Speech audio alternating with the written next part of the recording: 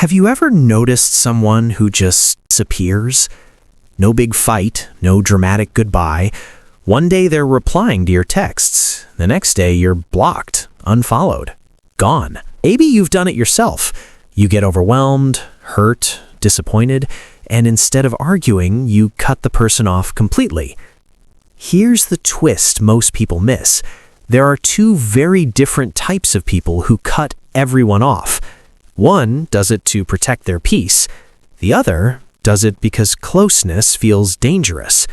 On the outside, they look the same, but internally, completely different stories.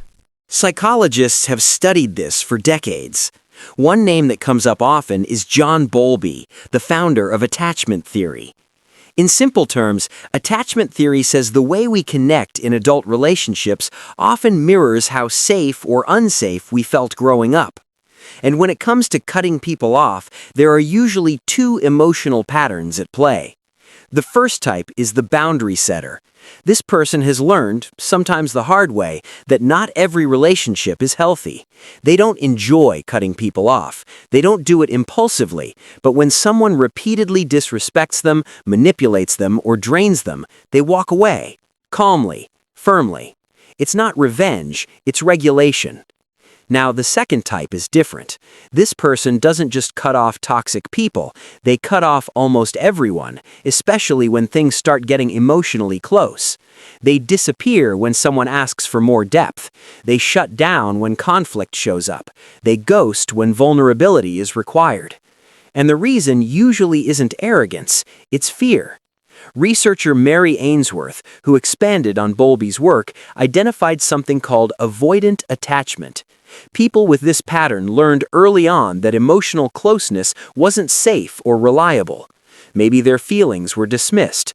Maybe they were told to stop crying or be strong. Maybe they had to handle things alone. So they adapted.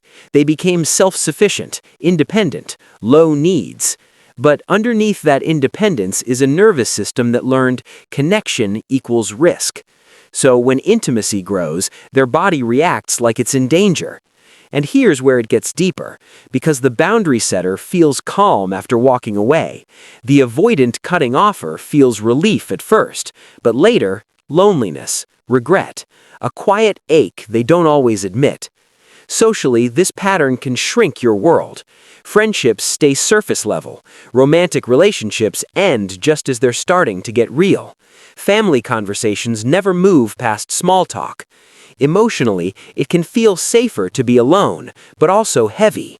And physically, the body keeps score. Chronic tension in the shoulders, tight jaw, shallow breathing. When your nervous system is always preparing to disconnect, it never fully relaxes. You might tell yourself, I just don't need people. But biologically, humans are wired for connection.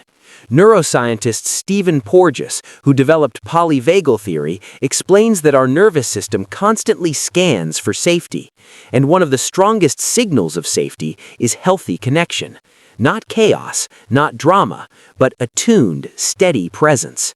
When someone cuts everyone off repeatedly, the nervous system stays in protection mode. It feels strong, but it's also tiring. Now, this doesn't mean you should keep people in your life who hurt you.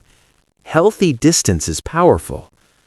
But there's a difference between protecting your peace and protecting your fear. One builds self-respect. The other slowly builds isolation. And here's something gentle to consider. If you tend to cut people off quickly, pause next time. Not to force yourself to stay, but to ask, am I leaving because this is unhealthy, or because this feels unfamiliar? Sometimes growth feels uncomfortable, especially if you didn't grow up with steady emotional safety. Learning to stay in a hard conversation, learning to say, that hurt me, learning to let someone see you disappointed instead of disappearing, those are small acts of courage. And they don't make you weak, they make you connected. If this topic feels close to home, you're not broken. You adapted. And adaptations can be updated. Slowly. Safely. in relationships where your nervous system doesn't have to armor up. On Mind About People, we talk about these quiet patterns, the ones that shape our relationships without us even noticing. If this resonated, you can subscribe, not because you have to, but because understanding yourself a little deeper can change the way you show up in every connection. And maybe next time you feel the urge to disappear, you'll pause, take a breath, and choose with awareness instead of fear.